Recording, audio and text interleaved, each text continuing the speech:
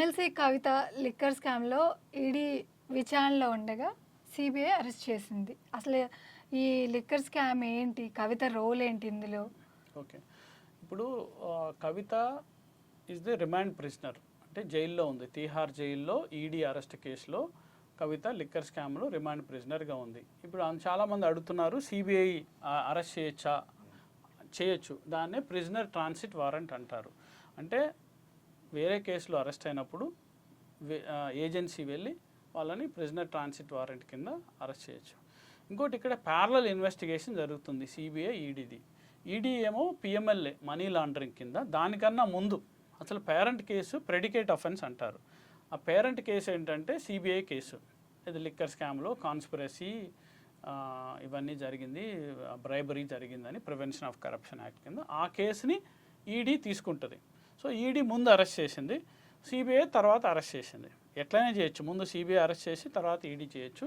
So ఇందులో చట్టం ప్రకారం ఇది కరెక్టే, చట్టవిరుద్ధమేం కాదు, సిబిఐ అరెస్ట్ చేయొచ్చు.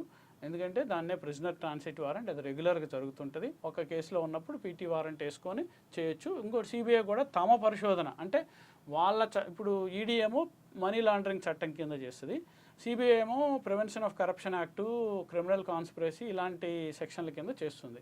సో సిబిఐ తాను కూడా ఛార్జ్షీట్ వేయాలి కాబట్టి వాళ్ళు క్వశ్చన్ చేయాలి కవితని, కవిత నుంచి మేము ఆధారాలు సేకరించాలి కాబట్టి వాళ్ళు అరెస్ట్ చూపించారు ఈ కేసులో. సో అదొకటి.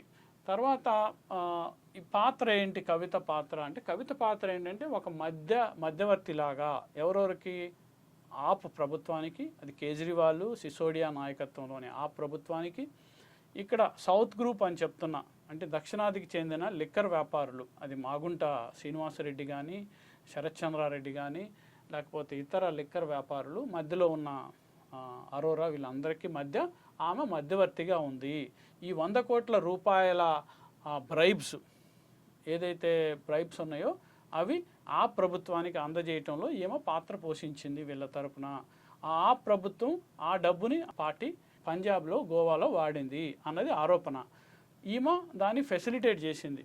ఎవరి దగ్గర నుంచి, ఈ మాగుంట దగ్గర నుంచి, తర్వాత శరత్ చంద్రారెడ్డి వీళ్ళు. అయితే ఇక్కడ ఈ మాగుంట వీళ్ళు అప్రూవర్స్గా మారి కవిత పేరు చెప్పారు. అట్లనే కవిత పక్కన పనిచేసే వాళ్ళని క్వశ్చన్ చేసినప్పుడు కూడా అభిషేక్ బోయిన్పల్లి కానీ, పిల్లయ్ కానీ, వీళ్ళందరూ ఈమెకి ఆ ఇండో స్పిరిట్స్ అనే కంపెనీలో బినామీ వాటాదారుడిగా ఉంది. సో ఆమె బెనిఫిట్ అవుతుంది, క్రైమ్ ప్రొసీడ్స్ మళ్ళీ రిటర్న్ వచ్చినాయి ఈమెకి అన్నది ఆరోపణ. ఈ ఆరోపణల కింద ఆమెను అరెస్ట్ చేశారు. ఆమె పాత్రకు సంబంధించి కొంత ఎవిడెన్స్ వాళ్ళు చెప్తున్నారు, ఈ హోటల్లో కలిసిందని, లేకపోతే వీళ్ళు చెప్పిన కన్ఫెషన్ స్టేట్మెంట్స్, ఇవన్నీ రుజువు అయితే నెక్స్ట్ కవిత పరిస్థితి ఏంటి? అంటే రుజువు అయితే అంటే ఇప్పుడు ఛార్జ్షీట్ వేయాలి, ఎవరు వేస్తున్నారు కొన్ని ఛార్జ్షీట్లు, కవిత మీద ఛార్జ్షీట్ వేయాలి, సిబిఐ వేస్తుంది, ఈడీ వేస్తుంది. ఈ ఛార్జ్షీట్ అయిన తర్వాత ట్రయల్ వస్తుంది. ట్రయల్ అంటే విచారణ. అప్పుడు కవిత తరపున న్యాయవాదులు, ఈడీ తరపున, సిబిఐ తరపున ప్రాసిక్యూటర్స్, అది జరుగుతుంది. ఎగ్జామినేషను, క్రాస్ ఎగ్జామినేషన్, విచారణ తర్వాత ప్రూవ్ అయితే శిక్ష పడుతుంది, ప్రూవ్ కాకపోతే ఆమె నిర్దోషురాగా బయటకు వస్తుంది. సో అయితే ఇది ఎందుకు ప్రూవ్ అవ్వాలంటే ఎవిడెన్స్ కావాలి. ఆమెకి లిటరల్గా ఎవిడెన్స్ ఉందా లేదా, ఆమె ఇందులో పార్టిసిపేట్ చేసినట్టు. కేవలం అయితే పిఎంఎల్ఏ చట్టం ప్రకారం ఈ అప్రూవర్స్, కో అక్యూజర్ స్టేట్మెంట్స్ కూడా ఎవిడెన్స్గా ఉపయోగపడతాయి. సిబిఐ కేసు కాకపోతే సిబిఐ కేసు ఎగిరిపోయి ఈడీ కేసు ఉంటుందా అంటే అది పెద్ద ప్రశ్న, దాని మీద చాలా కేసు లాస్ ఉన్నాయి. సో ఇది వీ హ్యావ్ టు వాచ్. ఇప్పుడు వరకు ఆరోపణే. ఎందుకు కవితను అరెస్ట్ చేశారు? ఆమె మీద కేసు ఉంది, ఆమె ఇన్వెస్టిగేషన్కి సహకరించట్లేదు, ఆమెను ఎందుకు జైల్లో పెట్టారు, బయటకు వస్తే విట్నెస్లను ప్రభావితం చేస్తుంది, ఆమె ఇన్వెస్టిగేషన్కి అసలు సహకరించట్లేదు, ఆమె చాలా పలుకుబడి ఉన్న వ్యక్తి కాబట్టి ఆమెను అరెస్ట్ చేస్తే మా ఇన్వెస్టిగేషన్ సాఫీగా జరుగుతుంది అన్న దాంట్లో అరెస్ట్ చేశారు. అంతేగాని కవిత నేరం చేసింది అని నిరూపితమైనందుకు కాదు. ఈ జైలుకి పంపించడం అనేది, she's a remand prisoner, she's not a convict. So time పడుతుంది. ఈ విచారణ అంతా జరిగిన తర్వాత ఆమె మీద ఇప్పుడు వరకు ఉంది ఆరోపణే, అది ఈ ఆరోపణల ఆధారంగానే అరెస్ట్ చేశారు. అది ప్రూవ్ అయితే శిక్ష పడుతుంది. సో ఇందులో కొన్ని ప్రైమా ఫేసి ఎవిడెన్స్ ఉంటే కూడా అరెస్ట్ చేస్తారు కేసులు పెట్టినప్పుడు. ప్రైమా ఫేసి ఎవిడెన్స్ అంటే ప్రాథమిక సాక్ష్యాధారాలు, ఈమెకు అసలు కనెక్షన్ లేకుండా వచ్చారా అంటే అది వాళ్ళ సిబిఐ ఈడీ వాదన ప్రకారం కరెక్ట్ కాదు. కనెక్షన్ ఉంది కాబట్టి అరెస్ట్ చేసేదాకా వచ్చారంటే కొంత ఎవిడెన్స్ ప్రైమ్ అఫేసి వాళ్ళు చెప్తారు.